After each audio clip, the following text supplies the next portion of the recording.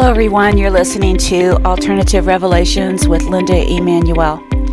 And this is kind of a unusual podcast. I'm going to call it a snippet from somebody else's YouTube, just because it could be taken off, and I want to keep it as proof that it is in New York City. They must have enacted started the 5G going on, and this is what is causing all the illnesses in New York. This snippet is from a doctor who is an ICU doctor in a New York hospital.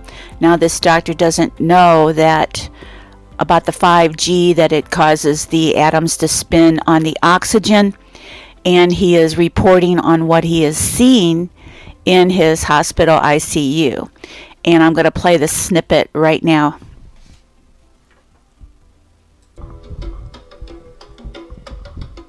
This is Dr. Cameron Kyle Seidel, ER and critical care doctor from New York City. 9 days ago, I opened an intensive care unit to care for the sickest COVID-positive patients in this city. In these 9 days, I have seen things I have never seen before. In treating these patients, I have witnessed medical phenomenon that just don't make sense in the context of treating a disease that is supposed to be a viral pneumonia. 9 days ago, I presumed I was opening an intensive care unit to treat patients with a virus causing a pneumonia that was ravaging lungs across the world, starting out as something mild, cough, a sore throat, and progressively increasing in severity until ultimately ending in something called acute respiratory distress syndrome, or ARDS. This is the paradigm that every hospital in the country is working under. This is the disease, ARDS, that every hospital is preparing to treat. And this is the disease, ARDS, for which in the next 2 to 6 weeks, 100,000 Americans might be put on a ventilator. And yet, everything I've seen in the last 9 days, all the things that just don't make sense, the patients I'm seeing in front of me, the lungs I'm trying to improve, have led me to believe that COVID-19 is not this disease, and that we are operating under a medical paradigm that is untrue. In short, I believe we are treating the wrong disease, and I fear that this misguided treatment will lead to a tremendous amount of harm to a great number of people in a very short time. As New York City appears to be about 10 days ahead of the country, I feel compelled to get this information out. COVID-19 lung disease, as far as I can see, is not a pneumonia and should not be treated as one. Rather, it appears as some kind of viral-induced disease, most resembling high-altitude sickness. It is as if tens of thousands of my fellow New Yorkers are on a plane at 30,000 feet and the cabin pressure is slowly being let out. These patients are slowly being starved of oxygen. I have seen patients dependent on oxygen take off their oxygen and quickly progress through a state of anxiety and emotional distress and eventually get blue in the face. And while they look like patients absolutely on the brink of death, they do not look like patients dying of pneumonia.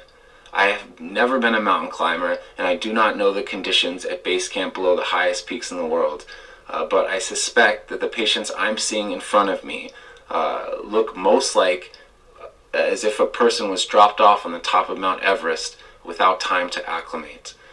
I don't know the final answer of this disease, but I'm quite sure that a ventilator is not it. That is not to say that we don't need ventilators. We absolutely need them. They are the only way at this time that we're able to give a little more oxygen to patients who need it. But when we treat people with ARDS, we typically use ventilators to treat what's called respiratory failure.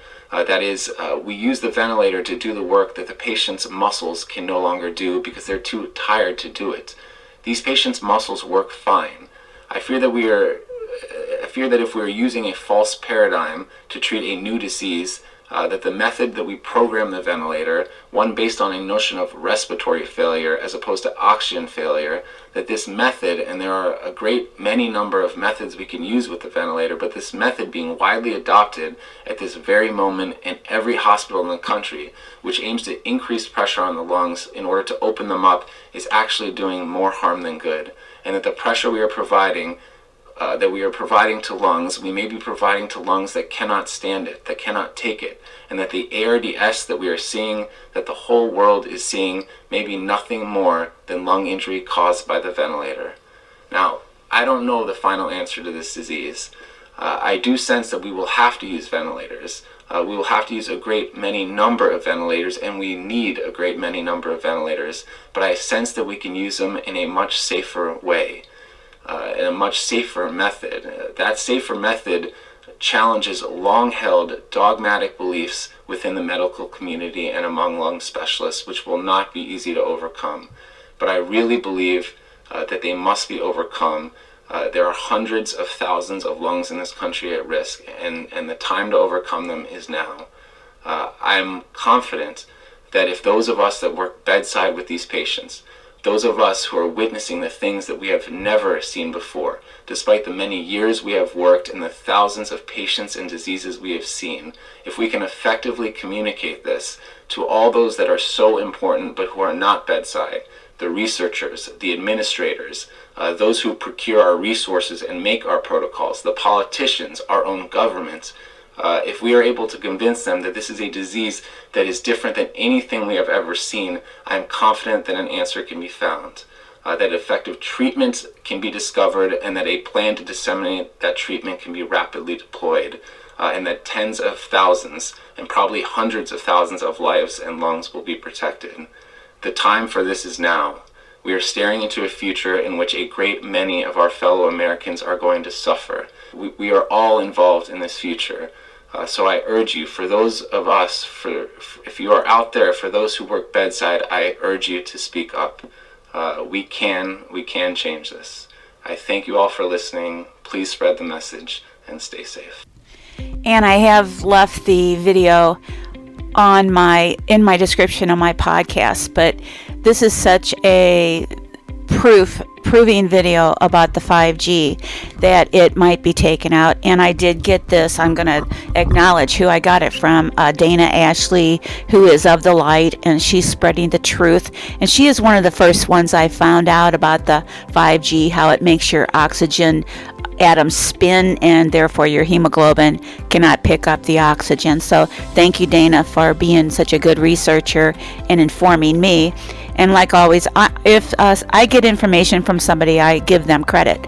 So you might want to watch this video. There's more to it. Dana goes on to say that she proved that the oxygen, the atoms on the oxygen spin under the 5G, and it's kind of curious how many places in New York have implemented the 5G, and why not the whole city experiencing 5G, the effects of the 5G on their oxygen.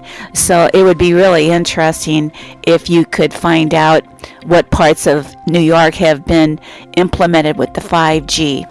So this is becoming a really nerve-wracking country. They're banning seed sales. They're banning even buying a can of paint.